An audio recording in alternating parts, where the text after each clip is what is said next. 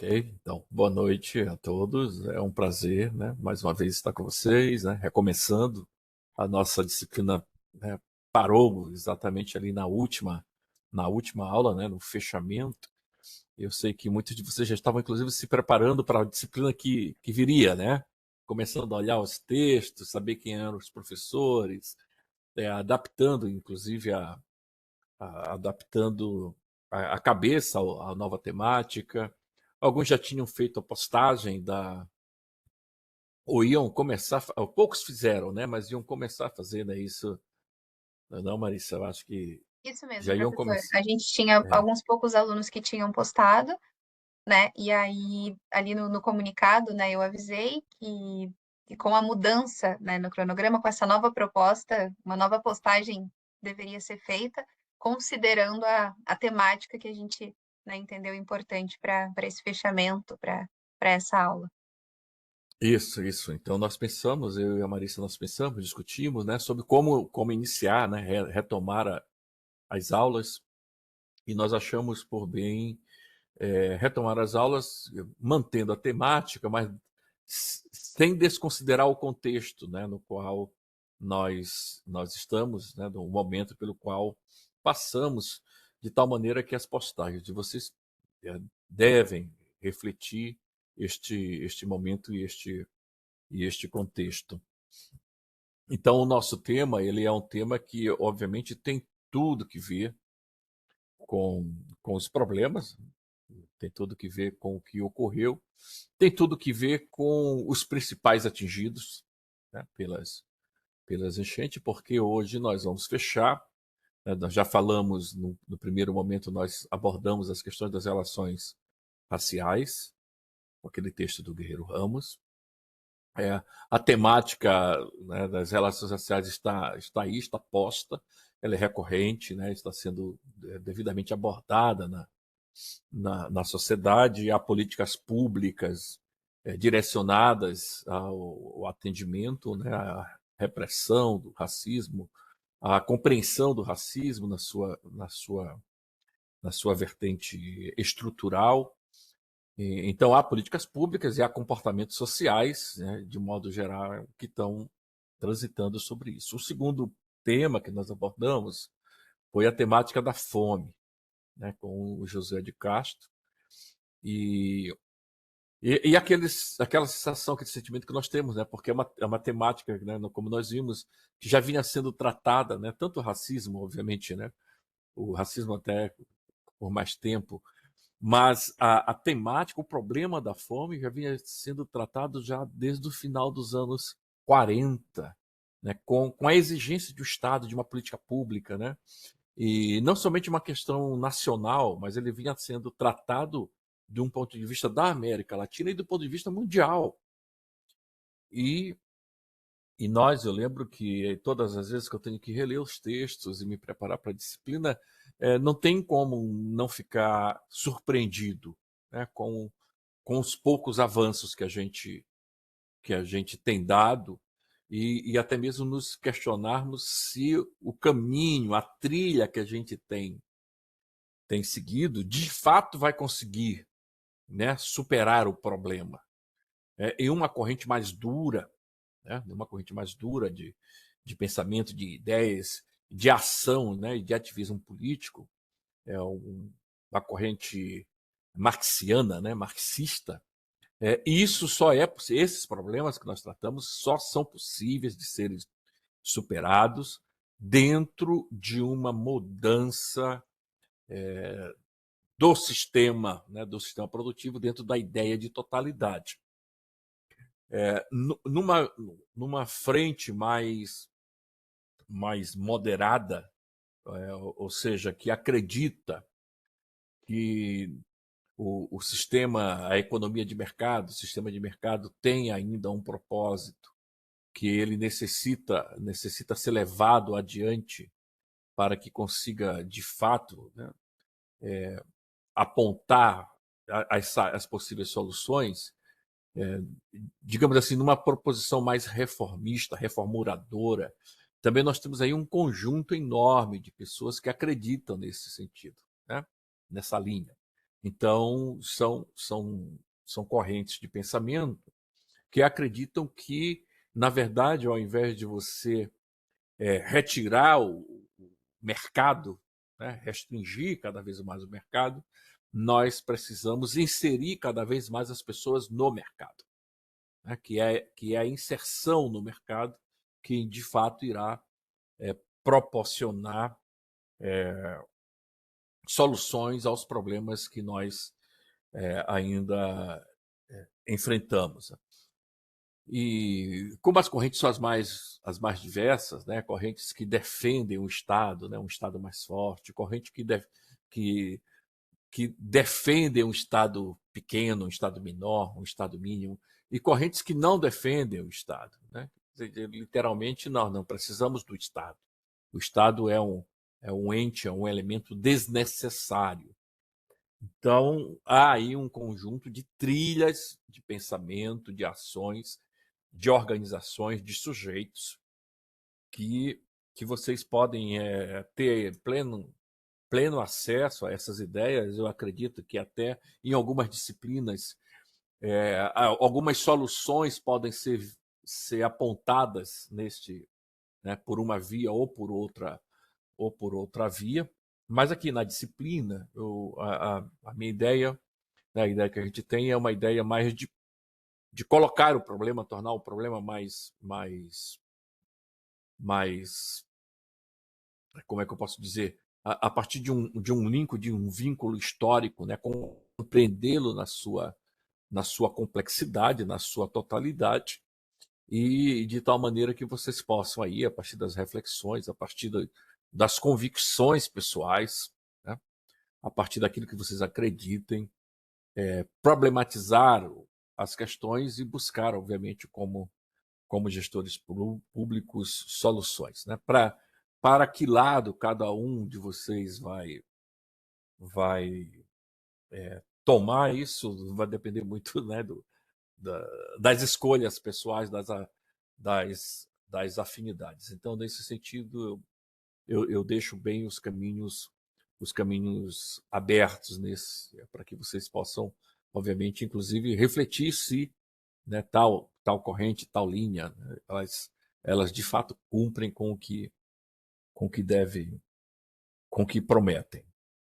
E o terceiro problema que nós temos que tocar é o problema da pobreza, né? Esse é o aspecto que nós vamos tratar. E para isso eu escolhi um texto que um livro, né, capítulo de um livro que é um livro assim que a meu ver faz uma boa síntese, tá? Coloca muito bem a questão, né? Pensa o Brasil, né? É um livro. Alguns poderiam até dizer que o livro está desatualizado, porque a Sônia Rocha publicou o livro pela primeira vez em 2013. A primeira edição do livro, portanto, é no início do século, né, deste século aqui. E, neste momento, nós estávamos ali numa transição do governo do Fernando Henrique para o governo Lula. Nós estávamos ali já consolidando a nossa moeda, né, o real já estava sendo consolidado. E nós tivemos com o governo Lula alguns anos de razoável prosperidade, mas que não conseguiu, obviamente, manter-se ao longo do tempo. Mas a Sônia Rocha capturou muito bem né? Capturou muito bem o problema. O problema está contextualizado, portanto, principalmente colocado dentro do quadro do final do século XX, início do século XXI. E ela fez outras reedições, né? O livro ganhou reedições em 2005, em 2006, em 2008, em 2010, mas não houve uma revisão profunda do livro, mesmo porque, como eu disse, eu considero as questões aqui razoavelmente atualizadas, embora os números sobre a pobreza tenham variado. Né? Eu vou apresentar para vocês alguns números, tenha variado, mas o que importa aqui considerar, e eu escolhi principalmente o último capítulo do livro, que é o capítulo sintético, né, que ela vai sintetizar, os elementos que já são comuns, que já há acordo na literatura, né? Já há acordo dentro do plano das ciências a respeito dos consensos de compreensão do fenômeno da pobreza e até mesmo de algumas soluções para o combate do problema. Então, diferentemente das outras temáticas que eu havia escolhido textos clássicos, né, para nós compararmos no passado e compararmos o presente, neste momento aqui eu escolhi um texto atual, né, um texto deste século, bem sintetizado, embora todos os dados da Sônia Rocha estejam aí consolidados no final do século passado, tá? Então, mas é um livro que vocês, né, adquirindo o livro, fazendo a leitura dos capítulos indicados, certamente vocês estarão de posse do que tem de mais atual sobre a compreensão do fenômeno, né, do problema da pobreza. Então eu vou compartilhar alguma colocação que vocês queiram fazer, alguma O Michael observação, tinha falar um perguntado o pouco. nome do livro, professor, mas a Marzóia respondeu ali, A Pobreza no Brasil. Ah, ok, tá. Mais alguém? Obrigado. Eu certinho, então? Bom, eu vou compartilhar com vocês a tela. Deixa eu ver aqui.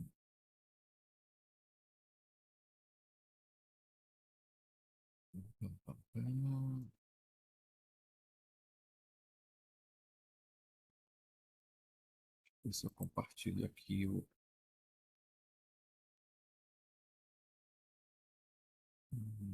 tem uma apresentação aqui. Eu acho que eu vou compartilhar pela apresentação do PowerPoint. Não, tá aqui o PDF. Eu vou compartilhar pelo PDF. Me digam se conseguem Já está aparecendo, professor.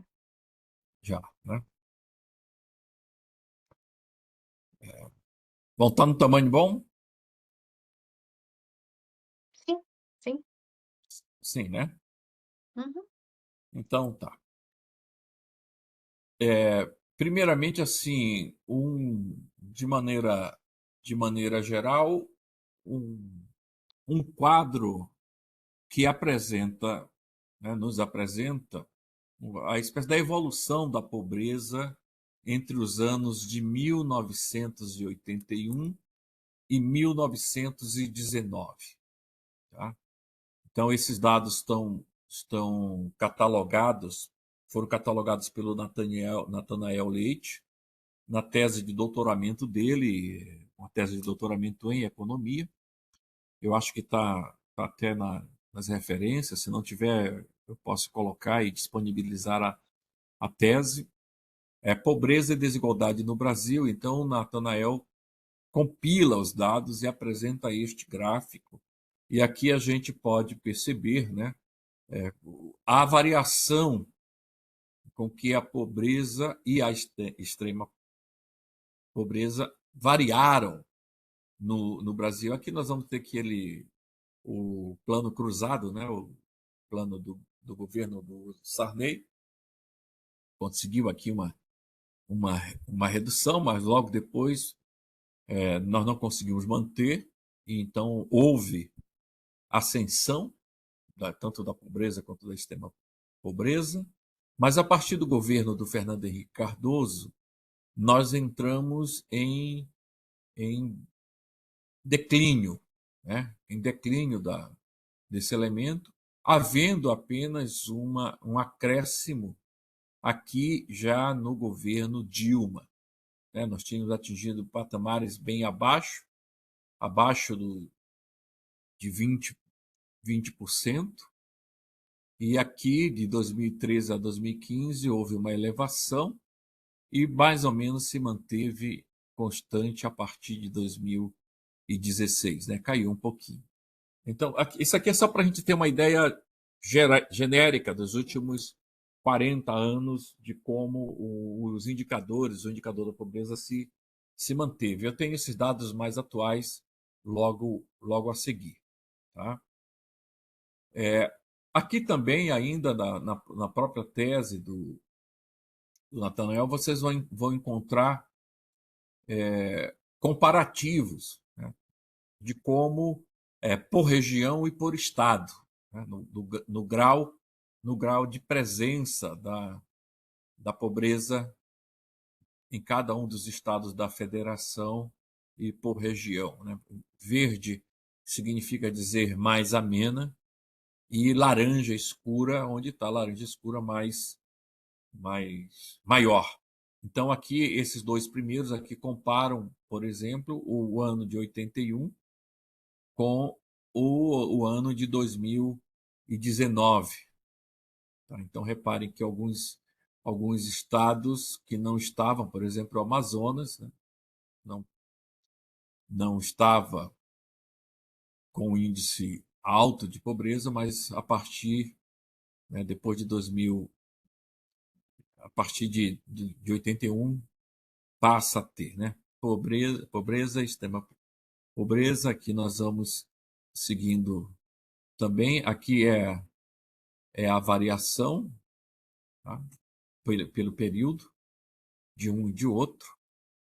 É só ilustrativo mesmo, tá? Nós não vamos entrar aqui no detalhe. É simplesmente para a gente considerar esses últimos 40 anos. Tá?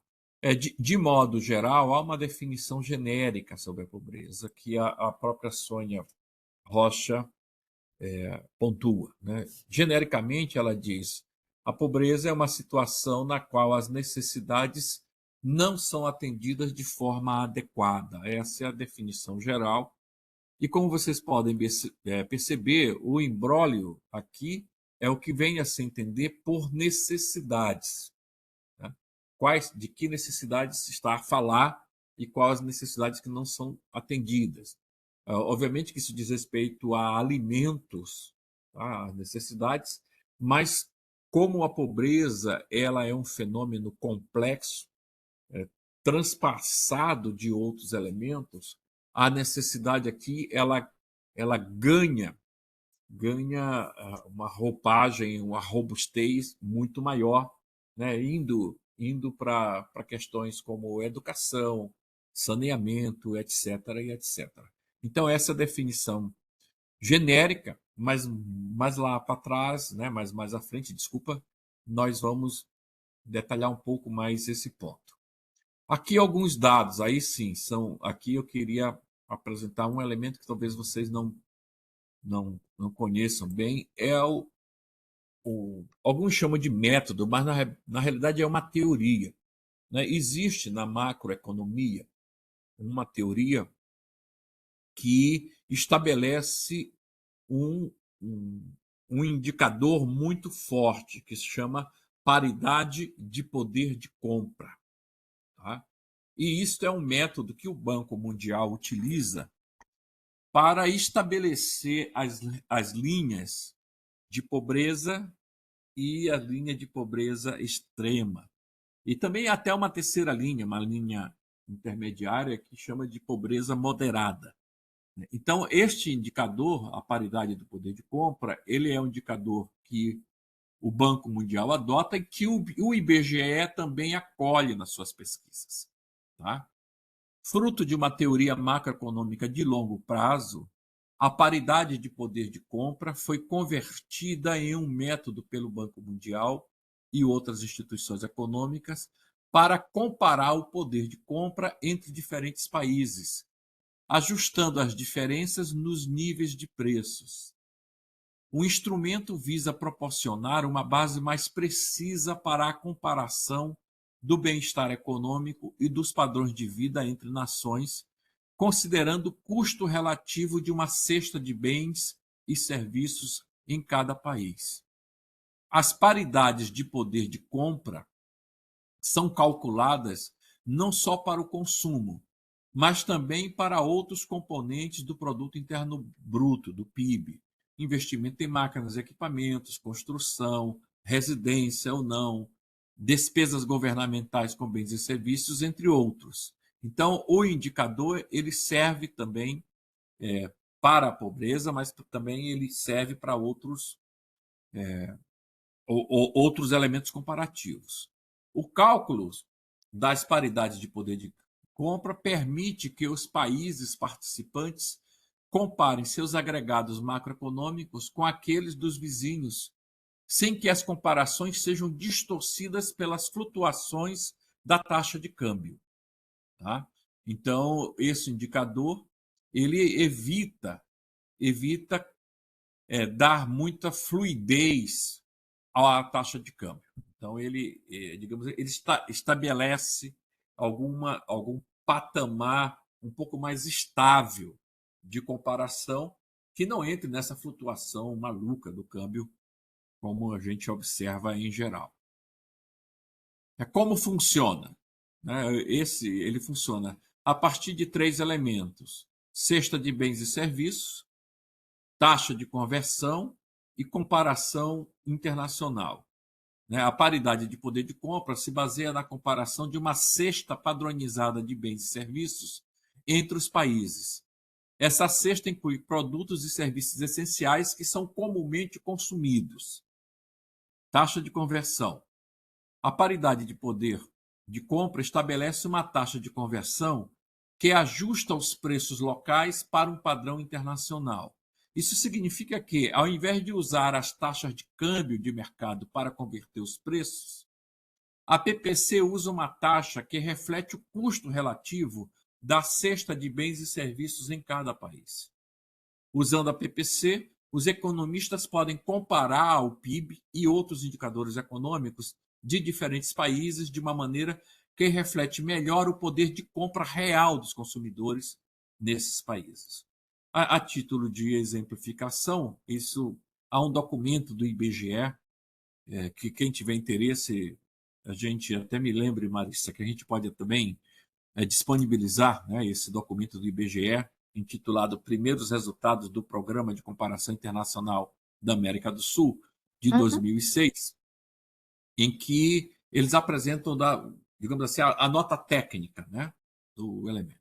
Então, para cálculo do PPC alimentar, no nível mais básico, a paridade do poder de compra é a razão de preços para a mesma quantidade de um produto específico em 2 países, com preços expressos na moeda de cada país. Suponha-se que o preço de 1 quilo de arroz é 500 pesos no país A e R$ 5,00 no país B. A paridade do poder de compra entre o país A e o país B é a razão 500 por 5. R$ 1 gasto em arroz no país B compra a mesma quantidade e qualidade de arroz que 100 pesos no país A. A paridade de troca de arroz para o país B comparada ao A é 100. Então, assim funciona essa paridade e ela é o ingrediente que vai estabelecer, no caso, por exemplo, quando o Banco Mundial vai dizer, olha, a linha de pobreza está estabelecida, por exemplo, em $6,85. Obviamente que este valor ele vem acompanhado pelo estudo, pelo emprego do método do PPC. Daí, então, se estabelece essa linha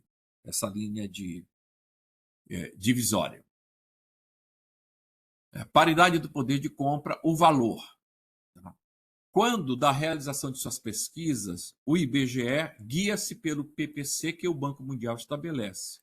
Em 2011, os valores referenciais para determinar as linhas de pobreza e extrema pobreza eram, respectivamente, $5,50 por dia e $1,90 por dia. Ou seja, uma família que não conseguia obter, pelo seu trabalho, $1,90 por dia estaria na linha, na faixa da extrema pobreza. As famílias que conseguissem 5 dólares e 50 centos por dia, abaixo disso e acima de 1,90, estariam na linha de pobreza. Então, esses valores eram estabelecidos, né, em 2011, mas em 2017 houve uma atualização, né? O próprio Banco Mundial atualiza e o IBGE também considera. Então, esses valores foram atualizados em 2017, passando para 6 dólares e 85 centos por dia e 2 dólares e 15 por dia. Então, este é o padrão atual que o nosso Instituto de Estatística utiliza, e é a partir daí de onde vêm todos os dados das nossas pesquisas. Lembrando que essas são as linhas utilizadas para o monitoramento do Objetivo de Desenvolvimento Sustentável 1, né? ODS 1, erradicação da pobreza. Então, diante deste indicador, vejamos aqui uma pesquisa do IBGE referente ao ano de 2022. Né? Como se situou a pobreza, nós tínhamos visto logo aqui em cima, nós tínhamos visto longo prazo, né, 81. Mas agora vamos ver a pesquisa que detalha mais aqui de pertinho, tá? Mais de pertinho do nosso momento contemporâneo. Então, veja, o percentual de pobreza de pessoas em extrema pobreza, ou seja, que viviam até 2022 com R$ 200 por mês no Brasil, caiu para 5,9. Tá? Extrema pobreza. Era 9 em 2021, passou a 5,9.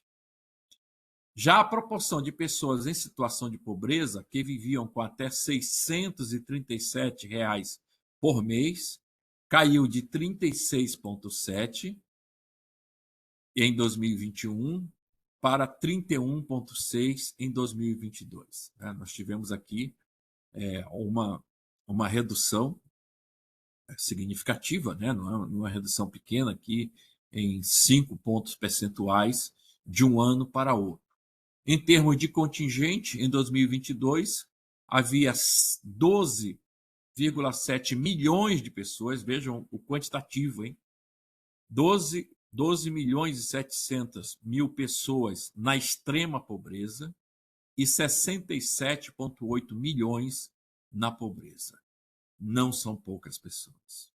Né? Reparem que nós estamos aí na casa dos 203 milhões, né? Segundo o último censo.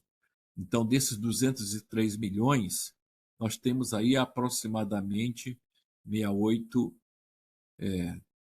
90 milhões de pessoas, né? 80 milhões de pessoas, né, em situações de abaixo da linha de pobreza. É muita gente.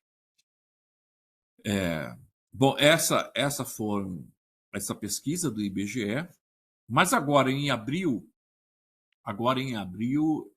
saiu uma outra pesquisa, já incorporando o ano de 2023. Né? É claro, o governo atual, o governo Lula, né, vai, obviamente, tentar, né, e o IBGE também, vai tentar qualificar esses avanços ano a ano, né? Até porque são dados que servem para a sociedade civil, né? Serve para o próprio mercado, de modo geral, e serve para o governo tomar ciência daquilo que tem feito, né? Das avaliações, inclusive das avaliações de suas políticas públicas. Então, saiu agora em abril uma nova pesquisa. Ela foi realizada, desculpa, essa nova pesquisa está aqui embaixo. Antes de passar ela, eu quero demonstrar que ainda em 2022, reparem aqui o gráfico com o impacto que tem os benefícios de programas sociais. Tá?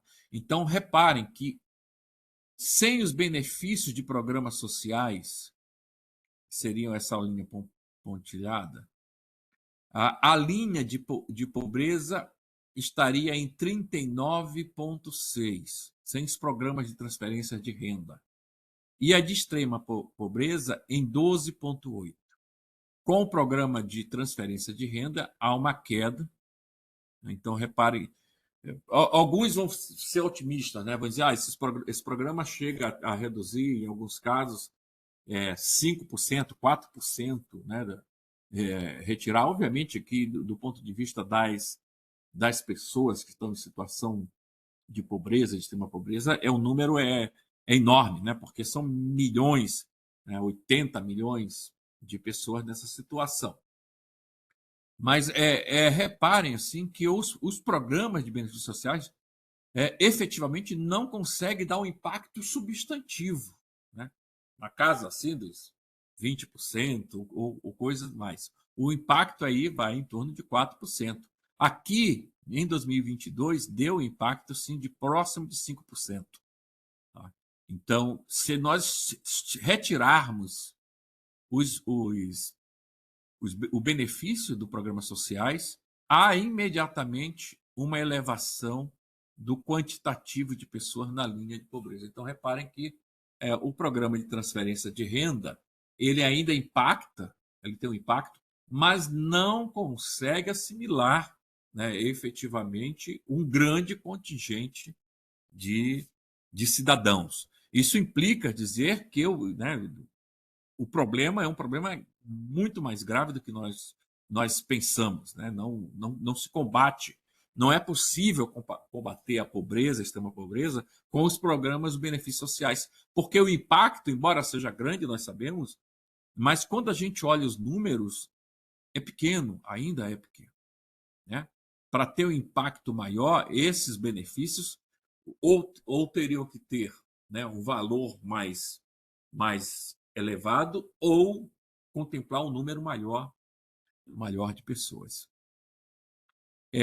Os programas sociais reduzem a extrema pobreza reduzem em cerca de 80%, né, nesses números. E outros dados, 2 em cada 5 mulheres pretas ou pardas estão na pobreza. Esses são alguns dados que essa pesquisa está aqui, a fonte, né, para quem quiser acessar depois, o PowerPoint vai estar disponível para vocês e vocês podem consultar a fonte. Então, essa foi a pesquisa fechando o ano de 2022 e agora vem a pesquisa que fechou o ano de 2023. Tá? Então, essa pesquisa foi realizada pelo Instituto Jones de Santos Neves. Ele é um instituto que está dentro da estrutura, né, do Estado do Espírito Santo, e eles pegaram os últimos dados do IBGE e traçaram. Por isso que a gente vai encontrar o Estado do Espírito Santo aqui, tá? Porque, de fato, os dados eu retirei desse instituto. Então, a linha de pobreza se situa em R$ 664,02, tá? A valores de 2023. Então, reparem que nós estávamos em 21,36%, baixou em 22 para 31,6%, como nós vimos aqui, né? A redução, e agora ela está em 27,5%. Então, nós estamos aqui em queda. Sabermos aí o que efetivamente tem levado a essa redução é um outro processo de inquirição. Isso se der, qual é o impacto, por exemplo, como nós podemos perceber, o impacto dos benefícios sociais. Aqui nós sabemos qual o impacto, tá? Mas no momento aqui nós não temos esses dados. Né? Aí teria que vasculharmos um pouco mais o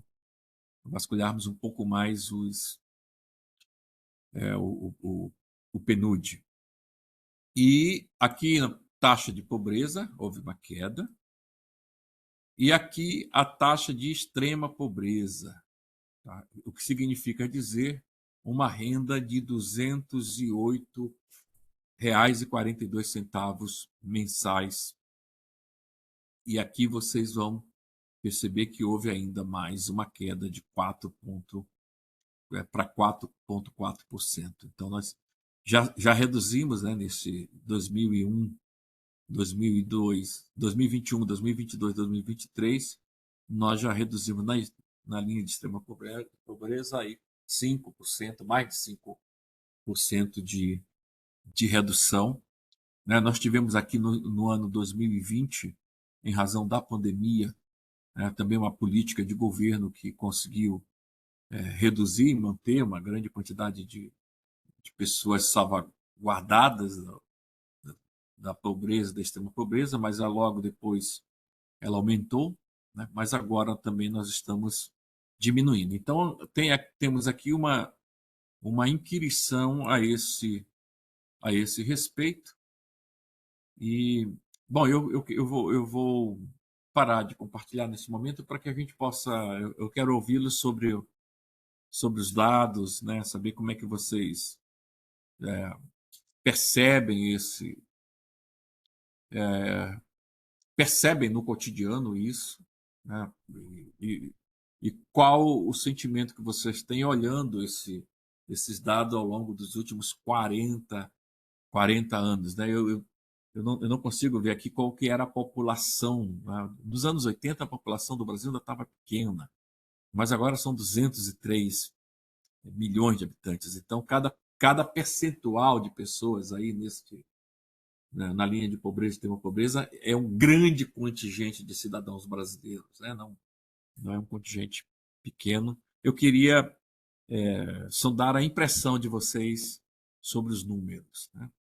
Se precisarem aqui, eu vou deixar os números aqui, mas aí vocês podem se manifestar, tá? Professor, em 1980 a população era de 121 milhões. 121, muito obrigado. 121 milhões. Né? Então, a população praticamente duplicou. Né? E nós estávamos aqui, 45% da população na linha de pobreza. Né? 20% na linha de extrema pobreza. Então, reparem o que era o país. O país aqui estava com 45 com 20, né? 65% da sua população na linha de pobreza. Segundo, né, é sempre bom nós termos em conta, porque o PPC, este valor que nós estamos falando é deste valor, né, deste critério, tá? É o que a gente utiliza como parâmetro, né, para indagação do problema. Muito obrigado, Marissa, pela informação. Alguém quer falar? Vocês imaginavam que o impacto do programa de assistência social do governo fosse assim tão pequeno nesse indicador? Porque, né, em geral, o que a gente discute, né, em senso comum, dizendo a pessoa está recebendo Bolsa Família, então agora tem muito filho, está numa boa, e etc. É o que a gente escuta, né, em geral, mas quando a gente vai analisar os números, olhar a política pública, olhar o impacto da política pública, né, a gente de fato, a gente toma pé do que é o problema da pobreza, né? O que é essa situação da pobreza, e particularmente aqui aí nós temos esse agravante, né, com esse desastre que nós tivemos aqui no estado. Né, eu não tenho a menor sombra de dúvida que os números, né, no Rio Grande do Sul vão mudar. Aqui tem, por exemplo, por estado, vejam aqui, né? Consegue ver agora, Marissa? Conseguimos sim. Consegue ver, né? Eu mudei o arquivo, não estou mais na apresentação do PowerPoint, tá? Eu estou no documento, tá Certo? bom? Uhum. Então, no documento, aqui a gente consegue ver o Rio Grande do Sul está numa taxa de pobreza de 14,4% da população. Tá? E aqui é com muita tristeza que eu falo para vocês o meu estado. Eu sou originalmente do Maranhão, né? E olha o que a gente fala com os colegas que estudam, que pesquisam, né? Por que a gente arrasta esse índice tão alto de pobreza no estado? Mas aí, essas lamentações eu vou deixar para um outro momento. Mas o que importa aqui é a gente pensar que o nosso estado é 14,4% na linha de pobreza. Opa, desculpa, eu estou um pouco atrapalhado aqui. Aqui, aqui em 2022, tá? Em 2022 estávamos com 16,8, ok? Em 2023, 14,4 na linha de pobreza. Então, houve uma redução, aqui está em termos de queda. Então, vejam que o que mais reduziu de 2022 para 2023 foi o Amapá, 14,8%, uma redução enorme. E o Rio Grande do Sul teve uma redução, deixa eu ver aqui, de 2,4%, né, de um ano para o outro. Aqui a variação em números absolutos. Então, aqui a taxa de pobreza extrema em 2022. O Rio Grande do Sul estava com 2,5%. Tá? Mais uma vez o Maranhão aqui, em cima. Em 2023, 1,3%. Né? O Rio Grande do Sul era, no caso aqui, estava o estado com a menor taxa de pobreza extrema. Houve uma redução de 1,2 comparado um com o outro. Tá? Então, esses são os dados mais recentes, compilados a partir do IBGE. Tá? Então, esses dados foram elaborados aqui pelo Instituto Jones dos Santos Neves, do Governo do Estado do Espírito Santo, e nós vamos disponibilizar para vocês. Né? Agora eu passo a palavra um pouco para ouvi-los antes da gente retornar à segunda parte da aula. Marissa, sua opinião. Professora, eu sou muito dos dados, né? Então, particularmente, os números me chamam bastante atenção, principalmente nesse comparativo de contextos, né?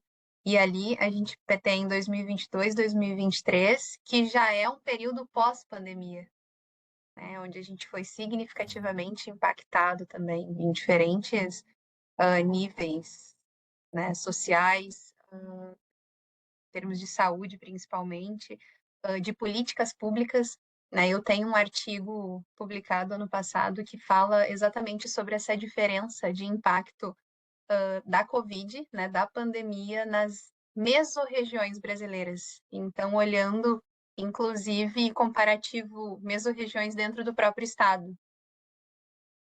E, né, a diferença é muito significativa, a diferença é muito grande.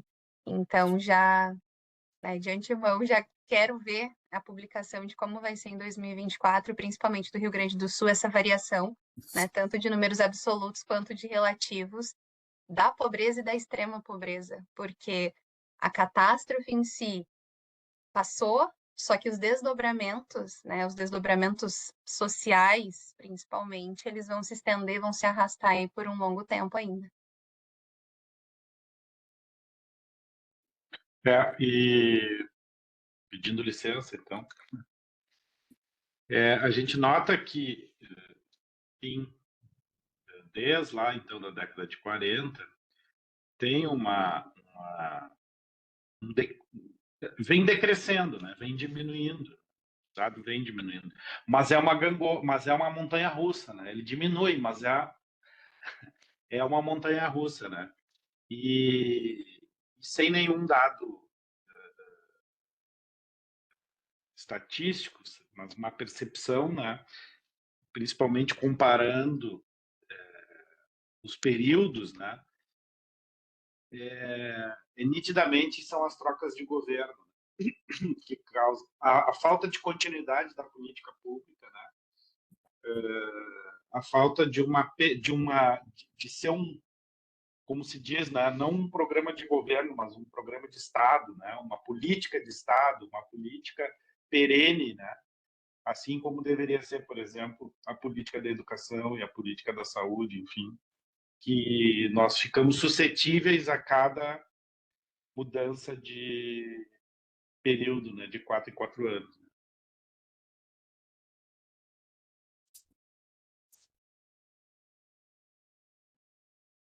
Rafael, Mazoé, a percepção que vocês têm assim do... Boa noite, colegas aí. Tudo bom? Eu tenho Tudo bem? uma visão um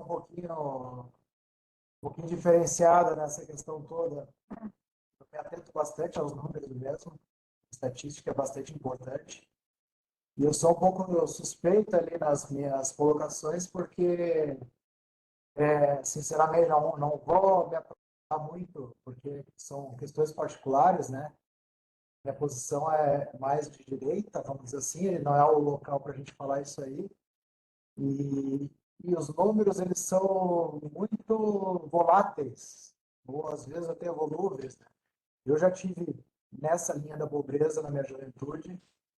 Eu também tenho uma visão um pouco suspeita, que nem eu falei, porque a gente tem 215 milhões de brasileiros e 40 milhões são empreendedores. Os empreendedores é quem fomentam, quem trazem riqueza para o nosso país, né?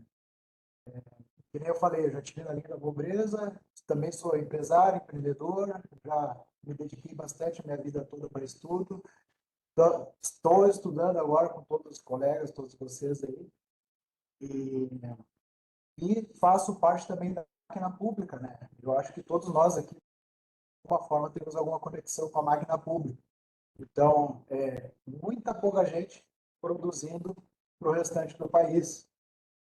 E eu acho que essa linha é um pouco sensível, a gente priorizar a questão de dar, né? Dar o peixe, não ensinar a pescar. Isso é um pouquinho complicado. O poder público é bastante importante, porque só nós, no poder público, com essa consciência toda e a capacidade, a vontade de trabalhar, e vamos ser capazes de mudar isso aí tudo, esse cenário, né? Mas basicamente é isso aí. Foi um pouquinho disperso na minha colocação. Eu me pegou surpresa, mas falou, Rafael, você Uhum. vou abrir o microfone e falar um pouquinho aí. Não, não Mas é realmente, assim. do meu lado é para os empreendedores e empresários, né? Tenho, realmente, ainda sou empresário, estou conectado com a máquina pública. Também, como eu sou secretário da Fazenda no município, eu vejo para onde vão cada centavo no município, sei como é que funciona a Secretaria da Habitação, o CRAS, a Secretaria da Ação Social, e chama bastante atenção, né? A gente pode fazer um pouquinho mais cada dia, e a educação é o caminho de tudo. Eu penso que a educação, sim, a gente tem que dedicar mais à educação, a gente tem um mínimo de 25% para gastar na educação, mesmo assim ainda acho muito pouco. O povo é bastante remediado, né? Eles sentem uma necessidade muito de concentrar ações e dinheiro na saúde, habitação e ação social, mas eu acho que a saída para o desenvolvimento do nosso país é a educação. Eu acho que a questão, assim, Rafael, ela não, claro, assim, uma coisa são os nossos posicionamentos ideológicos, né, como você bem pontuou, né, por posicionamento ideológico, nós vamos dizer o seguinte: aquilo em que eu acredito em termos de saída política para o país, né? Então, como você diz, eu vou mais para a direita, uns vão mais para a esquerda, outros são mais centro. Essas posições, digamos assim, elas têm mais que ver com, com as possibilidades de solução do problema. Então, vamos supor, quem está mais à direita, do ponto de vista, vamos pensar do ponto de vista econômico, né? Quem está mais à direita do ponto de vista econômico, do ponto de vista do pensamento econômico, acredita que a solução para o problema está na economia, no mercado, né? Ou seja, quanto mais mercado, maior a possibilidade de solução do problema. né? Assim pensa um liberal, por exemplo, né? Um liberal ele vai dizer, olha, o nosso problema é que a nossa economia não está devidamente submetida a uma economia de mercado, né? Há por demais intromissão do Estado. O Estado deve se restringir, o Estado deve ser mínimo, deve ser pequeno, e todo o restante deve ser acomodado dentro de uma linha, dentro de uma política econômica de mercado. Assim pensa o liberal. Então, a solução para o liberal é mais mercado, né, para a questão da pobreza. A solução para quem não é liberal, né, uma solução oposta ao liberal, ele vai dizer o seguinte: olha, o mercado não resolve. Né? É ilusão. É uma ilusão nós acreditarmos que o mercado vai resolver o problema. Nós temos que pensar, né, uma outra economia, que não é economia de mercado. Então, para isso, essas outras correntes elas vão tentar estrangular o mercado, em alguns casos, né, em algumas posições, de tentar eliminar o mercado. Né? Tem uma posição, digamos assim, antiliberal. Esta eliminação do mercado pode, né, a pessoa supõe que quem causa o problema é o mercado. Né? Então, aí nós vamos buscar fazer aquele destrinchamento de posições ideológicas distintas. Mas há outra posição, as posições intermediárias, digamos assim, dentro desse espectro, que vai dizer, olha, na verdade, nós não podemos estrangular o Estado. Né? Uma pessoa que acredita muito no Estado vai querer aumentar o Estado.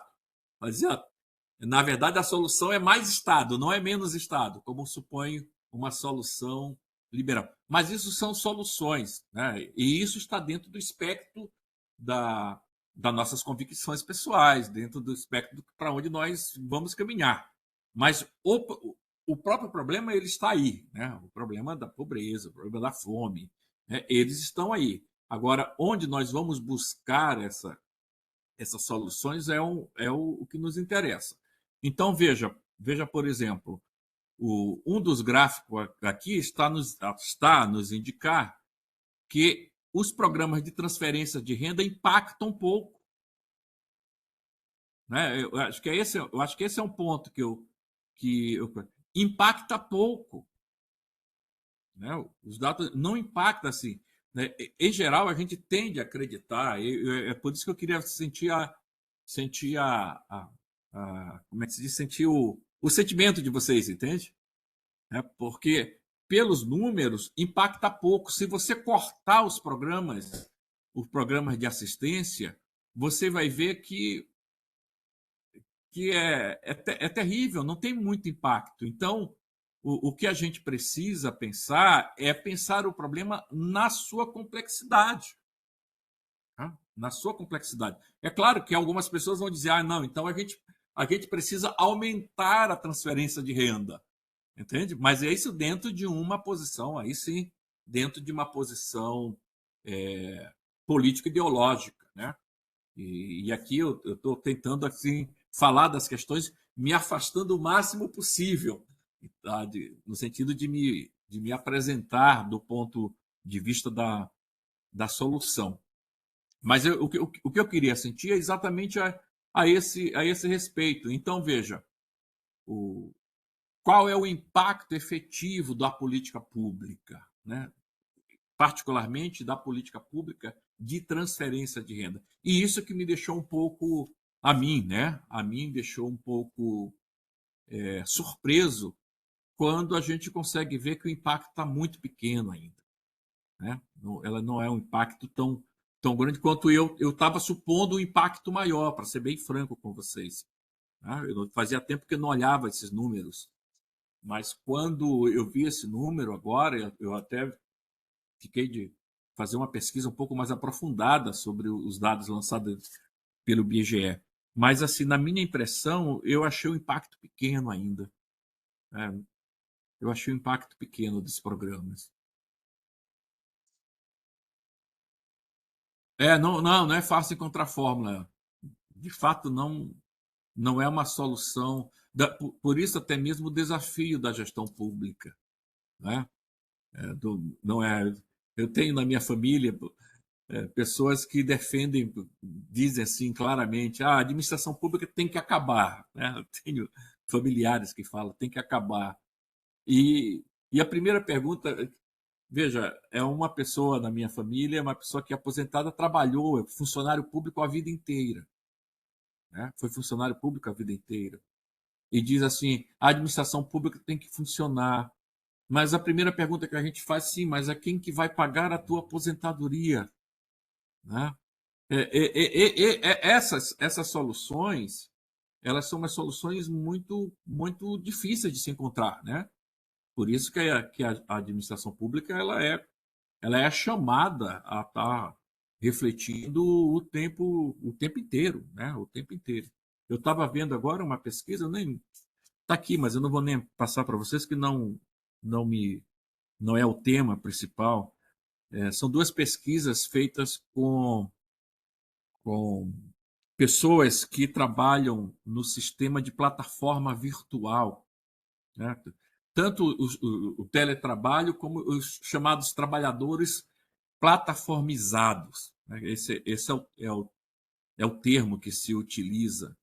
Assim, e os dados assim são impressionantes, o quantitativo de pessoas na população que são chamados trabalhadores de plataforma. E uma coisa me chamou muita atenção na pesquisa, que eles fizeram a pesquisa em Brasília e no grande Distrito Federal. Uma das coisas dos dados é que os trabalhadores de plataforma, a maioria deles, pela resposta, quase 80% deles, acha pior trabalhar com a carteira assinada. Né? Pior, eles preferem trabalhar na informalidade, né? Preferem trabalhar na resposta. Eles fizeram pergunta por questionário e fizeram perguntas participantes em grupos, né? E me surpreendeu. Então, assim, eu acho que um pouco da ciência dos números é a surpresa, né? Que quando ela nos atinge, né? Quando a gente consegue, olhando os números, ficar assim impactados. Então, os últimos números que nós temos sobre os índices de pobreza são esses que eu apresentei para vocês, né? E, é claro, não dá para a gente empurrar isso para baixo do tapete, né? E essa que é a grande questão. Alguém queria fazer um comentário? Professor, Um nós temos apontamento? duas alunas com a mão levantada. Tá, Angélica tá primeiro ótimo. e depois a Silvana. Oi, boa noite, tudo bem? Vocês me escutam? Sim. Tudo bem? Sim. Tudo bom. Bom, eu queria compartilhar um pouco da minha impressão, assim, em relação a isso. Como eu coloquei ali no fórum de apresentação, né, há 20 anos atrás eu saí da graduação para o mestrado e resolvi estudar a região das ilhas, aqui em Porto Alegre, região das ilhas, tá? E eu fico chocada, realmente é chocante, né? Eu não, naquela época, né, eu por ter vindo de uma condição também, eu atribuo vários fatores, mas um desses a falta de apoio cultural e tal, né? Eu sou filha de semi-analfabetos, evadidos do campo e tal. Eu vim de uma condição de muita pobreza também, de morar na vila, aquela coisa toda assim. Então aquilo conectou muito com coisas muito ainda era muito imatura, né, para conseguir elaborar essas coisas que tocavam a minha própria, né, formação, meu próprio desenvolvimento assim como sujeito, né? E a gente vê que agora, essa tragédia ficou tão evidente que não mudou nada e ainda piorou a situação. A situação ali é pior, né, do que historicamente já foi. Ali, principalmente a ilha do Pavão, que é a mais vulnerabilizada, onde teve quilombo e tal, né? Então, realmente me choca. E aí, olhando agora, assim, falando, né, conforme o objetivo da aula, né? Compartilhar a percepção a respeito desses dados, assim, tá? Na minha percepção, e olhando os dados dessa forma, e olhando como as coisas se repetem ao longo do tempo, e eu tenho, então, considerando só esse meu caso, eu tenho 20 anos, que eu olhei lá de um momento da vida para olhar agora, quando uma outra tragédia dessas assola ali as ilhas de novo, né? Eu vejo que, não só como o Michael colocou, né? Os dados eles não só refletem que é exatamente isso, muda conforme muda o governo, conforme muda a abordagem do governo, os dados dão uma alterada, né? Mas eu penso além ainda, né? Aproveitando aqui também outro gancho do colega Rafael, que fala que a educação é o centro de tudo. Resolvendo a educação, a gente resolveria quase todo o problema estrutural. Eu concordo plenamente com isso. No entanto, eu penso que não é nem a intenção de nenhum governo resolver esse problema, né? Como essa alternância de poder, de visões de Estado no governo faz parte de um projeto. Para mim é cada vez mais claro isso, que eu também estudei um pouco de filosofia naquela época do mestrado, que eu não concluí no fim das contas, né? Que isso faz parte de um projeto. Há pouco tempo eu estava vendo um programa, saiu um estudo interessantíssimo de um professor de Minas Gerais, se eu não me engano, que ele demonstrando, ele é um arqueólogo, algo assim, ele demonstrando que durante 500 anos no Brasil são as mesmas famílias que se alternam no poder. As mesmas. Ele procura todos os que. Ele pesquisa a biografia, a árvore genealógica de diversas pessoas que se alternam em lugares de poder, né, seja em cargos políticos do grande Estado, né, ou no judiciário, né, os grandes nomes do judiciário, do legislativo e tal, são sempre tem correlação com as mesmas famílias que dominam o Brasil há mais de 500 anos. Né? Então, isso é dado, isso também é dado, não é invenção, é dado de pesquisa, as mesmas famílias. Né? E a gente percebe que esses movimentos de alternância de visões, ora mais para a direita, ora mais liberal, ora mais para a esquerda, eles também estão, eles conectam bem certinho com essa dança. Quando o mercado está precisando que as pessoas comprem mais, porque tem muita gente sem recurso e então não pode comprar, não está causando crise no mercado, então alterna, coloca uma perspectiva mais de esquerda, que vai dar dinheiro na mão da população, mas não é para resolver o problema da pobreza, é para que as pessoas esquentem o mercado. É para que as pessoas possam comprar o que o mercado tem de sobra para vender, entendeu? Porque senão sim resolveria a questão da educação. E não é interesse, mas não é mesmo, e está mais do que comprovado, porque pessoas educadas, elas vão pensar que estão sendo, na verdade, de cão para enriquecer bilionários. E cada vez mais a gente tem mais bilionários que são, menos bilionários, concentrando mais renda, e a pobreza não muda nunca. Os países que fomos colonizados, né, por economias de centro, né, né, da abordagem da convergência lá, aqueles países que eram modelos, né, nós que fomos colonizados por esses países, sofremos essa questão. Né?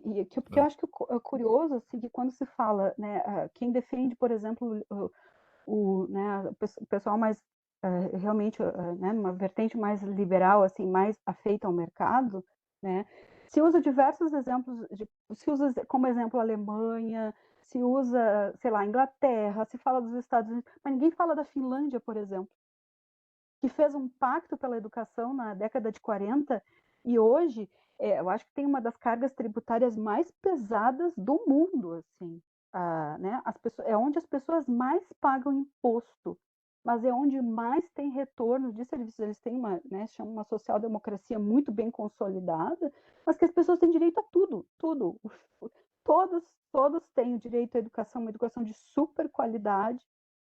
O valor do humano é o mais, né, o humano é o valor central, porque é um país que é, né, muito frio, não tem muitos recursos naturais, então ninguém fala disso. Isso eu acho curioso, assim. Então, a minha percepção assim é de que não só, né, essa política de dar dinheiro na mão da pessoa achando que vai resolver, né, vendendo como uma ideia de que vai resolver o problema da pobreza, a gente sabe, estudando um pouco mais, a gente passa a entender que não vai resolver, mas como também é um projeto. No meu entendimento, é um projeto manter essa alternância, para que esses muitos continuem produzindo muito, trabalhando muito e vivendo pouco, para enriquecer muito poucos. Né? Enriquecer muito poucos que se mantêm, que são os mesmos que se mantêm no poder. Há 5 séculos. Eu falei para você, acho que eu devo ter falado, eu sou professor da disciplina de Filosofia e Ética na graduação aqui do curso, né? E é claro, um dos temas que eu debato e que eu discuto do ponto de vista da perspectiva ética é a economia. Né? Então, a gente discute do ponto de vista ético a economia, lançando uma mirada crítica, reflexiva. E um dos textos que eu adoto na minha aula, eu projeto uma transparência e leio, né, projeto um PowerPoint e leio as frases. E aí eu pergunto para os alunos, de quem que vocês acham que são essas palavras, né? E aí, em geral, o pessoal diz, essas palavras aí são de Marx, né, do marxismo e tudo mais. E aí eu falo para ele, não é do marxismo, essas palavras são desse cara aqui. Aí eu apresento para eles o livro, né, do George Soros, A Crise do Capitalismo, de 98. Aí eu falo, olha, isso aqui é de um dos maiores especuladores do mundo da economia liberal. E aí, olha o que o Soros diz, né? No entanto, a verdade é que o fundamentalismo de mercado é em si ingênuo e ilógico. Mesmo que deixemos de lado as questões morais e éticas de maior importância e nos concentremos exclusivamente na arena econômica, a ideologia do fundamentalismo de mercado apresenta falhas profundas e irremediáveis. Em termos simples, se dispusessem de autoridade absoluta, mesmo nas áreas puramente econômicas e financeiras, as forças do mercado produziriam o caos e poderiam acarretar a queda do sistema capitalista global. Essa é a mais importante implicações práticas da minha argumentação neste livro. E aí eu faço a discussão, né? Não é o tema, né? Não é uma questão, não vamos entrar aqui numa discussão de valores, né? Ética, moral, coisas do gênero. Mas as soluções para os problemas, eu acho que esse é um ponto, né, que vocês ressaltaram. Primeiro, a falta de continuidade das ações. Né? Segundo, como você falou, isto é proposital. Né? Elas não estão aí de um modo muito ingênuo também. Né? Não podemos, assim, acreditar ingenuamente que... E na disciplina de ética, para que vocês... Uma das coisas que, para tentar ajudá-los, porque nós estamos olhando um ponto da pirâmide, a base, como você bem falou, já. Nós não estamos olhando a parte de cima, a concentração. A pobreza, a gente olha para baixo, embora o problema seja, né, um problema total, né? Não é um problema total. Mas uma das coisas, como eu lido com jovem, né, 17, alguns até com 16 anos, e na disciplina de filosofia e ética eu trato uma questão do ponto de vista aristotélico, que é nós chamamos de a educação do desejo. né, a educação do desejo. Obviamente porque a gente percebe que o jovem está muito vulnerável, não só o jovem, né, muito vulnerável ao incessante consumismo. Então, do ponto de vista do ponto de vista de uma propositura ético, né, aí eu mergulho, vou na linha do Aristóteles e vou dizer, olha, uma das possibilidades que nós temos é nós educarmos o desejo, né? Educar o desejo. Porque o sistema, de certa maneira, ele nos pega nessa fragilidade, né? Em atiçando, né? Atiçando cada vez mais nosso desejo. É claro que uma propositura como essa, uma proposta como essa, eu, né, eu enfrento contra-argumentos dos meus colegas de marketing, por exemplo. Né? Porque para o marketing atiça o desejo para o consumo. Né? E eu, do outro lado, estou dizendo, nós não podemos deixar a critério do marketing ou do marqueteiro o nosso desejo, inclusive o desejo de consumir. Então, são saídas as mais diferentes que a gente tenta de fato, apresentar. Né? Então, eu gostei muito também das suas impressões, Angélica. E aí, eu acho que ainda falta mais uma pessoa, não é, Marisa? Temos a Silvana e o Bernardo. Tá. Silvana? Silvana. Nessa linha que o professor tinha pedido sobre as impressões, né? O que a pesquisa, assim, ó, com a minha vivência, a minha experiência de vida, sabe?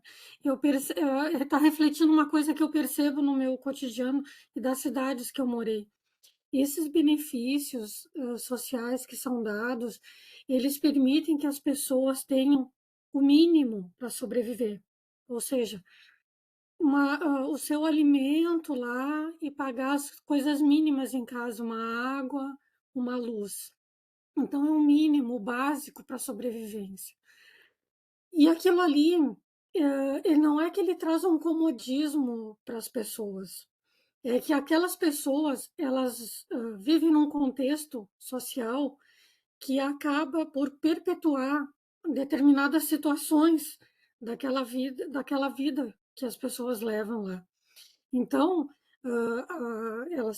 as mulheres têm filhos e têm netos e tal, e aí todo mundo recebe aquele mínimo para comer e tal, mas como a colega ali que já fez pesquisas e já viveu, né, a casa vai se degradando, o ambiente vai se degradando, e aí os filhos não estudam, os pais não estudam, daqui a pouco entra para o tráfico, daqui a pouco entra para a criminalidade, e aí vai para o presídio, não sei o quê. Então, tu tem o mínimo para sobreviver, mas tu não muda o contexto social daquela família e daquela comunidade. E aí vem para o lado, quais as soluções, né? Que era o que o professor estava falando e os colegas também falaram antes. A educação vai mudar tudo. Sim, aí a educação é fundamental, ponto. Agora, o impacto que a educação vai ter na vida das famílias, ele depende também de vários fatores.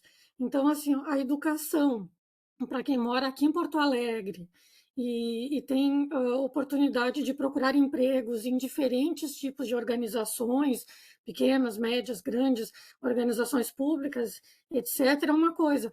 Agora, lá no município pequenininho do interior do estado, as minhas oportunidades de crescimento econômico são muito limitadas. Então, é aquela coisa, eu me formo engenheiro civil lá em Cacequi, eu montar uma construtora em Cacequi, eu sou um empreendedor lá, é botar dinheiro fora. Então, eu vou ter que sair daquele lugar pequeno até para empreender.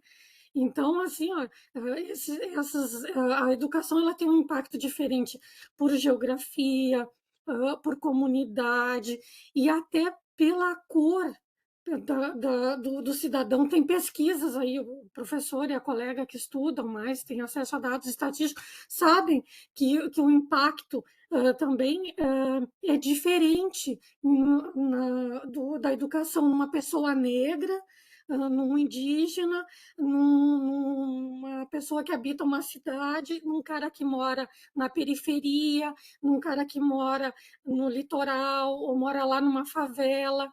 Então, às vezes, a pessoa está bastante preparada e tal, já estudou bastante, mas mora lá num lugar que não é considerado um lugar bom. Então, ela vai ser barrada nas oportunidades de emprego que ela vai ter. Então, aí a gente vê assim, que são vários fatores que precisam ser, primeiramente, melhor estudados, né? E segundamente, melhor preparados, né? As políticas têm que serem elaboradas, levando em consideração esses outros fatores, né? Então, por isso que esse impacto que a gente vê assim, é o mínimo para a pessoa sobreviver, para ela não cair no abaixo da linha de pobreza. Mas o social onde ela vive, ele vai depender de muitas outras políticas, inclusive a educação, né? Mas não só ela, né? Era isso. Bernardo? Oi, tá me ouvindo? Sim. Que bom. Não, é até indo na linha também da Silvana, inclusive, falando dessa relevância que sei lá, o Bolsa Família acaba tendo impacto mínimo, tendo o mínimo para a pessoa sobreviver. Hoje, na URGS, eu faço análise de recursos socioeconômicos, no qual os cotistas eles entram e tem que ser comprovado que eles são de fato baixa renda, né? A mera que hoje baixa renda é considerado um salário mínimo, tá? Só que esse um salário mínimo é nacional, né? Que é 1.412. Por exemplo, nós temos muitos candidatos de São Paulo, candidatos de outros estados. Por exemplo, São Paulo, vou dar um exemplo, que o São Paulo, o salário mais baixo que eu já encontrei foi 1.812. Então, essa renda per capita de 1.812, por mais que, por exemplo, gaste mais da metade do salário, gaste mais, a grande parte da renda com remédio, tem pessoas na família com comorbidade, e querendo ou não, na prática, ele é baixa renda, mas a mera colocação, um percentual de um salário mínimo, de fato, não faz sentido para mim. Então, não entender, por exemplo, o que nem o professor trouxe, a pesquisa, que o Bolsa Família ele não faz nenhuma diferença, querendo ou não, na prática, o impacto é mínimo.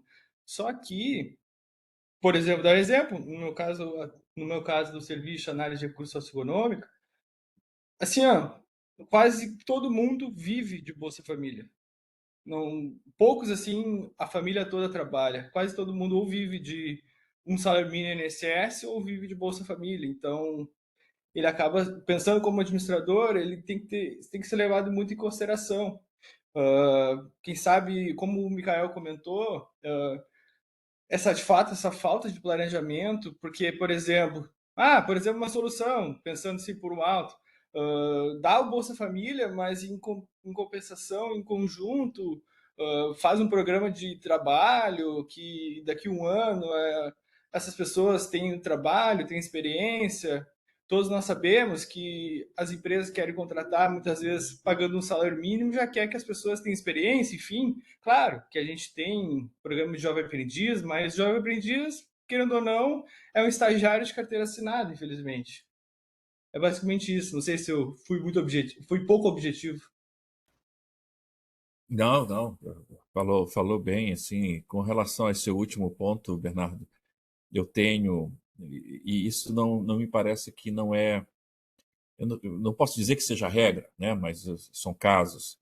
Mas eu já tive estudantes que, podendo terminar o curso de graduação em 5 anos, estão preferindo terminar em 6 e 7 porque não conseguem emprego. E ele sabe que se ele não terminar, ele vai continuar como estagiário. E como estagiário, ele não vai para fora. Porque o estágio ele consegue encontrar. Mas se ele se graduar, e aí ele já tem que ter o mínimo que o Conselho Federal de Administração exige, né? O mínimo que o Conselho Regional de Engenharia exige, ele já não vai conseguir. Né? Então tem as situações assim, como eu estava falando, o grau de complexidade ele é tão grande, e a gente sabe que, embora a gente esteja tratando de um fenômeno, né, aquilo que o Marcel Mauss chamava de um fenômeno social total, a compreensão dessa complexidade ela nos exige um esforço enorme. Trabalhar em conjunto com múltiplas especialidades, em especial quem está formulando políticas públicas, né, para voltadas a determinado tipo de problema. Então, assim, nós estamos olhando né, um aspecto, né? Mas nós sabemos, por exemplo, hoje, que se você cortar os benefícios,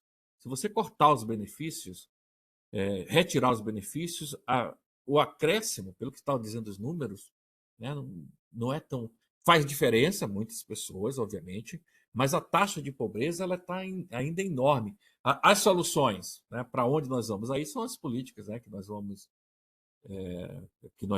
tentar... que os políticos, de modo geral, né, os técnicos vão tentar solucionar. E a maioria de nós, né, os administradores, tem que buscar solução. Mas há pontos, eu não sei se tem mais alguém que queira falar, Marisa. Não, eu só ia complementar. E Complemente. as famílias que mandam no país deixarem que o serviço público crie políticas públicas efetivas, esse é o ponto. Né? Eu acho que sem esquecer disso não adianta, porque às vezes a gente se culpa. Eu, como servidora pública também, e já trabalhei que nem com o Bernardo, eu fui, na época que eu estava na Pró-Reitoria de Assuntos Estudantis, eu fui designada para ser para compor a primeira comissão de análise socioeconômica, análise de renda, e a primeira coisa que se viu foi isso. Renda sozinha não diz nada sobre a vulnerabilidade de uma pessoa, ou diz muito pouco sobre a vulnerabilidade de um estudante que às vezes veio de uma situação horrorosa, né? E que é isso, não tem força cultural para se manter numa universidade que foi criada, né, há tempos passados, enfim, está se ressignificando agora, mas que foi criada para a elite, né? Sim. Então, é só esse ponto, assim, que às vezes a gente acaba se culpando, como está pegando esse discurso, né, do empreendedor de si mesmo. Ah, não, se a coisa não dá certo é porque o indivíduo é que é culpado, né? Que está pegando geral aí, não é à toa que eu acho que todos preferem empreender sem carteira assinada do que ter carteira assinada, né? Porque, afinal de contas, recolher imposto, o Estado não faz nada de bom com os nossos impostos mesmo e tal. Aí está pegando esse discurso de que não, se não dá certo é porque a culpa é tua mesmo, né? E às vezes a gente também pega isso de, se não está dando certo, a culpa é dos servidores públicos que não fazem políticas efetivas. Não, não, eu acho que tem uma coisa muito mais estrutural aí, né? Que agora a gente está começando a arranhar. Eu acho que isso são as mesmas famílias que mandam no Brasil desde o descobrimento. Então, se a gente não atacar o problema por aí também, e aí sim arrumar formas de atacar o problema por aí, né? Mas agora como é que faz de fácil, né? Como é que a gente derruba o poder de poucas famílias que são as poderosas há 500 anos, né? Eu acho que essa é a questão. Talvez eu vá me dedicar a estudar isso. Esse é o ponto. Mas, assim, no que diz respeito ao problema da pobreza, já há consensos, né? Esse é um aspecto que no nosso trabalho diário, nas discussões, né? Nas discussões coloquiais em WhatsApp, por exemplo, né? Com os amigos e coisas do gênero, a gente percebe que boa parte dos argumentos não estão devidamente instruídos, né, pelo que as pesquisas demonstram. Então, o texto da Sônia Rocha ele é importante por isso, porque nos traz os consensos, né, os consensos. E é isso que eu vou tratar aqui nesta segunda parte com vocês, apresentar esses consensos que ela nos apresenta. Então, quais são esses consensos? O primeiro ponto, tá? O primeiro ponto, o entendimento do que seja pobreza. Há consenso de que o conceito de pobreza relevante no país ainda é o de pobreza absoluta. É, porém, inevitável que na operacionalização desse conceito sejam incorporadas certas necessidades que, embora não estritamente indispensáveis à sobrevivência física da pessoa, podem ser consideradas o mínimo necessário, né, como vocês bem falaram, para o funcionamento dos indivíduos no contexto socioeconômico brasileiro. Em seu texto, a autora tomou como ponto de partida um critério de renda, especificamente a renda familiar, tendo em vista que a pobreza deve ser entendida no âmbito da família, né? Não efetivamente no âmbito do valor da renda individual. Esse é o primeiro consenso. A pobreza, ela é uma unidade do coletivo nuclear da família. Esse é o primeiro aspecto. Essa renda familiar per capita deve tomar como base o consumo observado. Há consenso de que são as informações derivadas dessas pesquisas, em especial as pesquisas sobre os orçamentos familiares, daí essas pesquisas que o IBGE tem que fazer e tem que apresentar os dados anualmente, porque elas que devem servir de base para os parâmetros de renda para distinguir pobres de não pobres. Esse é o primeiro consenso que a Sônia Rocha nos apresenta. O segundo, a constatação de que a pobreza passou por dois momentos, declínio e estabilidade recente. Do ponto de vista da renda, os indicadores de pobreza para o Brasil permitem identificar 4 patamares distintos nos últimos 30 anos, independentemente do valor das linhas de pobreza utilizadas. De 70 a 80, houve uma redução significativa da incidência da pobreza com efeito direto das altas taxas de crescimento da renda. De 80 a 93, a pobreza oscilou acompanhando as flutuações macroeconômicas de curto prazo. Em 94, houve uma redução drástica da inflação, o que permitiu, como subproduto, uma sensível redução da incidência de pobreza. De 95 a 99, portanto, no final do século passado, do governo Fernando Henrique Cardoso, a incidência da pobreza estabiliza-se em um novo patamar, em torno de 35%. Essa do indicador de pobreza para o país como um todo encobre, no entanto, evoluções localmente diferenciadas, em função do impacto de reestruturação produtiva. Então, reparem, ainda está em torno de 35%. Né? Então, se a gente for ver os gráficos, a pobreza está aqui. Tá? Ela se mantém estável. Nós não conseguimos baixar disso. Esse é o segundo ponto que a autora nos apresenta. O terceiro, a pobreza e a desigualdade de renda. Há consenso de que a persistência da pobreza absoluta, do ponto de vista do rendimento, está vinculada à desigualdade. Olha só, refletindo muito, a percepção de vocês está muito aguçada com o que as pesquisas estão apontando. Desigualdade que se reflete tanto em termos de renda per capita individual quanto familiar, denotando um padrão perverso de concentração de renda em nosso país. Essa extrema desigualdade na distribuição de rendimento tem se mantido tanto em períodos de expansão econômica quanto em conjunturas recessivas. O fato aponta mais para o consenso. O que da redução da desigualdade de renda deve ser focada, especificamente com um objetivo em si. Esse é um aspecto fundamental. E aqui há impactos enormes, com relação à prática do administrador, à prática administrativa. E quando a gente fala dos sistemas de distribuição de renda promovidos pelo Estado, aí é o Estado quem vai promover essa distribuição de renda, este é um mecanismo, mas convenhamos ainda do ponto de vista da economia de mercado, do ponto de vista liberal, é possível distribuir a renda aumentando salários. O aumento do salário seria, por exemplo, uma das formas de se aumentar a distribuição de renda. E isso não fica a cargo do Estado. Isso não fica a cargo do Estado. Como eu costumo falar para os meus estudantes. Eu digo, olha, vocês vão assumir posições de decisão dentro das empresas. Vocês serão responsáveis por elaborar as políticas de remuneração. Então, se vocês querem impactar, revejam os critérios da remuneração. Revejam os critérios da remuneração. Vocês podem fazer isso. Então, vocês podem ajudar, mesmo de um ponto de vista, né, sendo liberal, né, nessa perspectiva, é possível que o liberal também traga soluções, se ele acredita ser. Aumenta a renda. Né? Essa seria uma das saídas. Quarto ponto, a geografia da pobreza em termos de urbanidade e regionalidade.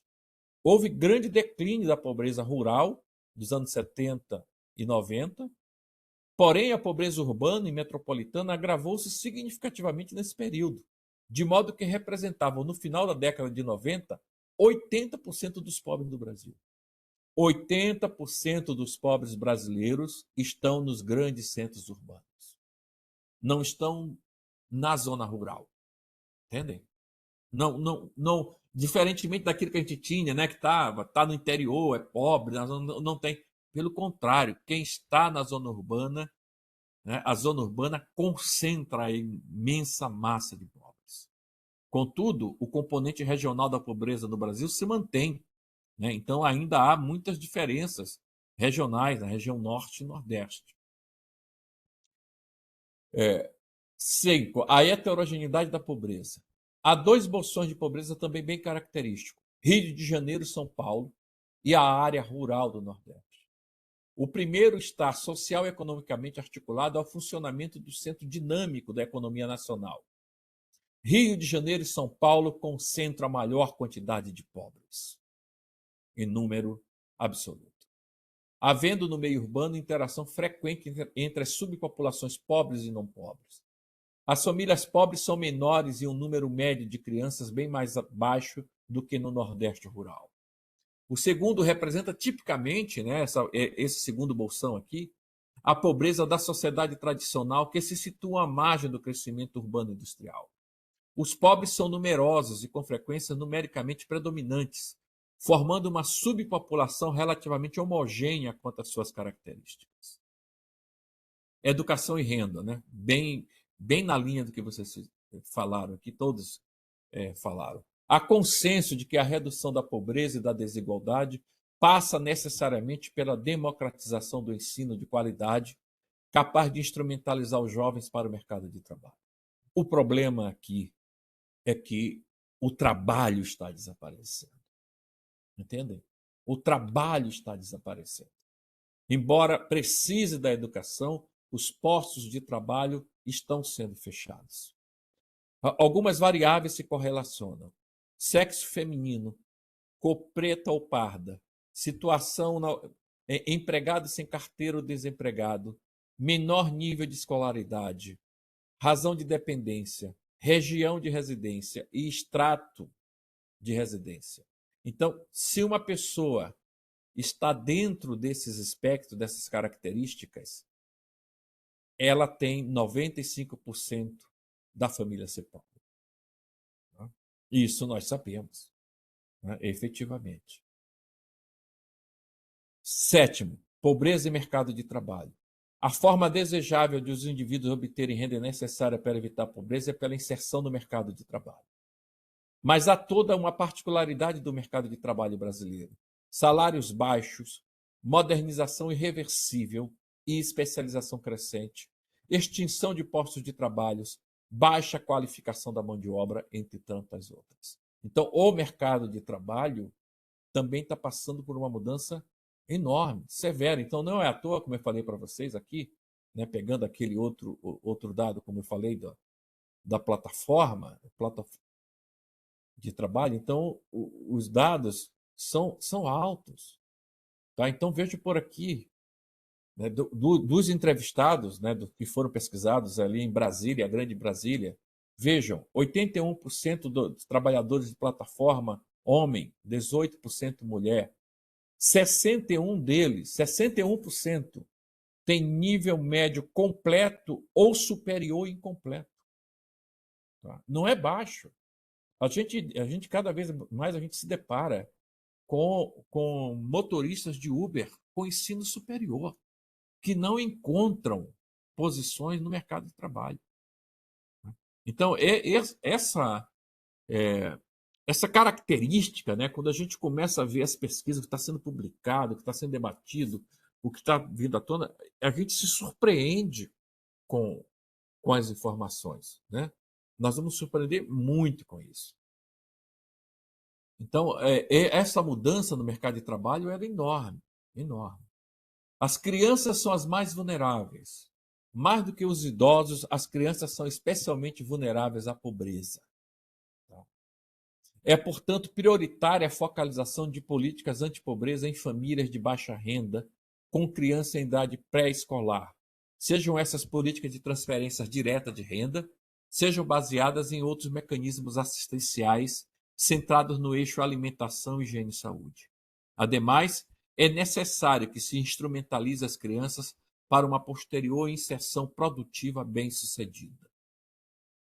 Nono consenso. As políticas de combate à pobreza devem ser bem desenhadas. Há grandes diferenças entre políticas antipobreza e iniciativas filantrópicas. O desenho dos programas de combate à pobreza devem ser concebidos de forma a atender a objetivos claramente explicitados, o que implica a definição de meios financeiros e gerenciais compatíveis com as ações a serem desenvolvidas junto a uma determinada população-alvo bem delimitada. Ademais, considerando o fato de a pobreza ser uma síndrome de carências diversas, cujo entendimento não pode ser restrito à insuficiência de renda, e que a família é a unidade de referência para a política antipobreza, deve-se contemplar ações integradas, com instrumentos específicos para avaliação e monitoramento. 10º. Quanto custa eliminar a pobreza? Como a pobreza não se limita à insuficiência de renda, dispêndios associados a outras necessidades dos mais pobres, em particular aquelas vinculadas ao provimento de serviços públicos básicos e os de promoção social, formam um conjunto indispensável de ações no escopo de uma política antipobreza. Então, esses são os 10 consensos que a Sônia Rocha nos apresenta, né? Então, as pesquisas estão convergindo para esses problemas. E compete a nós, né, diante desses elementos, rascunharmos, estabelecermos políticas públicas eficazes, né, com medições precisas. É possível nós termos medições precisas dessas políticas públicas, devidamente aferidas, porque hoje nós já sabemos o impacto dessa. Nós avançamos muito. Vocês vão estudar políticas públicas, alguns de vocês já estudou políticas públicas, vocês vão ver que nós já criamos muitos indicadores, né? Alguns desses indicadores têm precisão quase como a precisão de um termômetro para medir temperatura. Nós sabemos onde chega e onde não chega o efeito da política pública e por que não chega, né? Essas questões não são por nós desconhecidas, né? É claro que já sabemos que há muitos desvios de recursos, né? Isso nós sabemos. Que há corrupção, isso também nós sabemos, né? Mas somente isso não se resolve. Esse é o fato. Então, assim, o que nós temos, assim, em termos de dados, de informações, são essas. As questões devem se complicar e complexificar um pouco mais, porque o país está se tornando um país cada vez mais de velhos. Cada vez mais de velhos. E nós sabemos, é muito mais caro manter um país de velho do que manter um país de jovem. Depois dos 50, eu digo isso pela minha idade. Meus queridos, depois de 50 é só consultório médico, é só exame. Você passa aí boa parte da vida. Eu vejo meus filhos, eu tenho filhos de 17, tenho filho de 21, não vão ao médico nunca. É mais barato, né? Porque com o jovem você vai dar estudo, né? Esporte, mas para manter o velho, a tecnologia é cara. Uma ressonância magnética caríssima. A manutenção de equipamento de ressonância magnética, vocês fazem ideia de quanto custa, né? A tecnologia não é nossa. Efetivamente não é nossa. Então, cada vez mais, contrariamente ao que se pensa, a exigência do Estado para uma população velha vai ser grande em um país periférico como o nosso, né? Então, são esses pontos assim principais que teríamos que apresentar para vocês, né? Algum comentário, alguma Professor, a gente observação? tem alguns comentários no chat, tá? Tá. Primeiro, que definir o que é pobreza é o principal. Bolsa Família ajuda, mas não resolve. Mas nesse país onde o salário mínimo não garante as condições mínimas, o Estado tem que estar presente. Depois do comentário da Maria Elaine, o problema é que quando aumenta o salário, aumentam os impostos e os valores dos produtos. Por fim, da Geisa, o trabalho está desaparecendo. Esse é o ponto. Assim como a aposentadoria, a qual também vai piorar. Geisa. Na mosca, hein, Geisa? Na mosca. Entende? A vida contemporânea tá cara. Tá muito cara, né? Bastante cara. Então, nós sabemos que também os postos de trabalhos, né, estão sendo muito disputados, né? Muito disputado. Olha, eu conheço pessoas a educação resolve, tá? Resolve. Mas, gente, vamos falar bem sério. A Marissa, que tá na lida dela no doutorado, para finalizar o doutorado, ela sabe o que tem de pessoas com doutorado, com título de doutor, que não encontra trabalho, vocês não têm ideia. Tá? Nos grupos de WhatsApp que nós mantemos, assim, de estudos, gente, é impressionante. Pessoas com título de doutor não encontram trabalho. Eu tenho colegas, né, que trabalham em universidades privadas, que omitem o título de doutor, porque se apresentar na universidade o título de doutor, ele é mandado para fora, porque aí a universidade tem que pagar a hora-aula correspondente ao título de doutor. Então ele prefere receber como mestre do que apresentar o título de doutor, porque ele sabe que ele vai para a rua. Então há um grande contingente, um grande contingente também de pessoas muito bem formadas. Nós avançamos muito assim na pós-graduação, mas muito. Nós já formamos muito doutores hoje em dia, e boa parte não encontra posto no mercado de trabalho, ou porque, né, podemos dizer, porque o mercado está muito centrado em universidades, né? As empresas não contratam, né? As empresas não contratam. Esse é um outro elemento. As empresas não fazem pesquisa. As áreas de P&D, de pesquisa e desenvolvimento e inovação nas empresas, são restritas, são muito pequenas, né? Então, não contrata as pessoas qualificadas, né? A Marissa está por dentro, ela tem mais condições de falar dessas questões do que eu, né? Então, o mercado de trabalho está se alterando bastante e a gente vamos ter que pensar muito no trabalho, né? Bastante.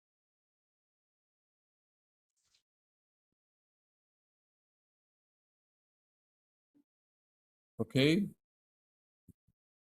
Alguma observação a mais? Estamos cansados, já vão dar as 9 horas, né? Nós começamos, né? Bom, pessoal, eu queria agradecer a todos vocês pela paciência, tá? Com a disciplina, né? Comigo, com o professor, a gente sabe, sim, né? Cada professor tem seus traquejos, tem os seus vícios, e tem os seus métodos, tem suas formas, e eu também não fujo à regra.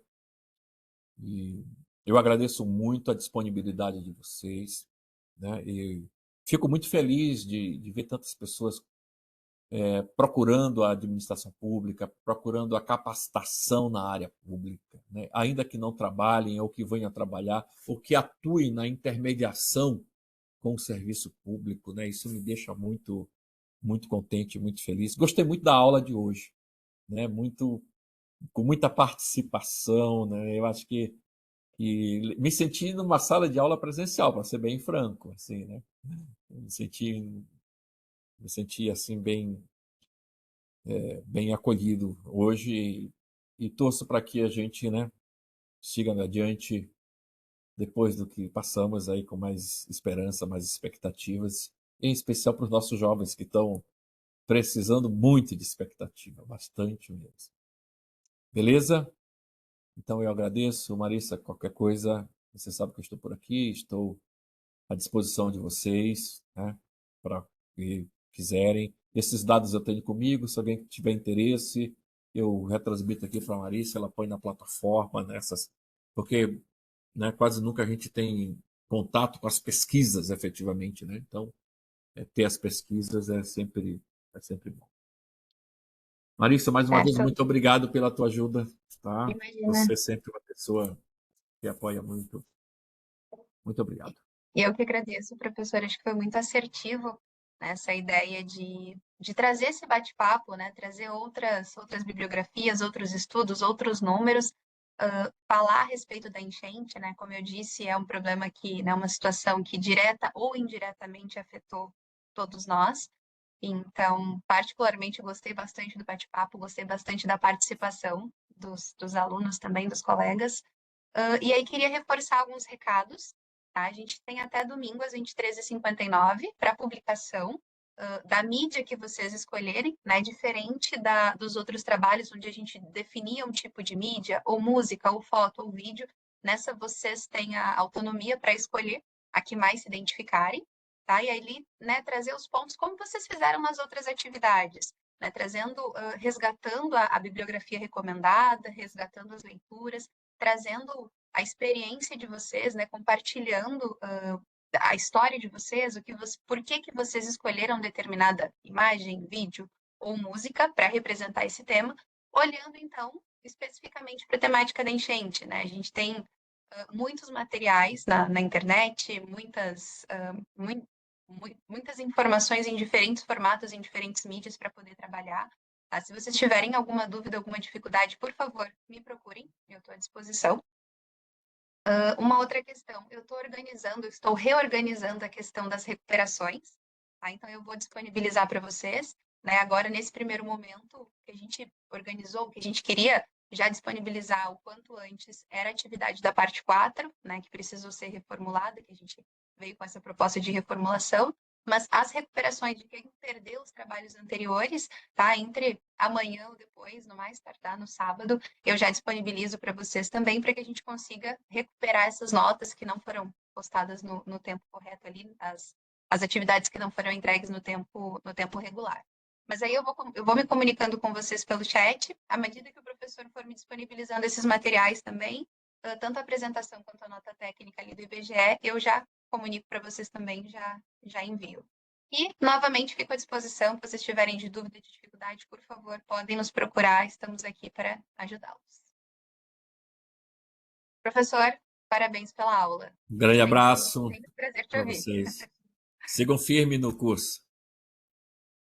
Até a próxima. Obrigada. Obrigado. Boa noite. Tchau, tchau. Boa noite, tchau, tchau. Boa noite.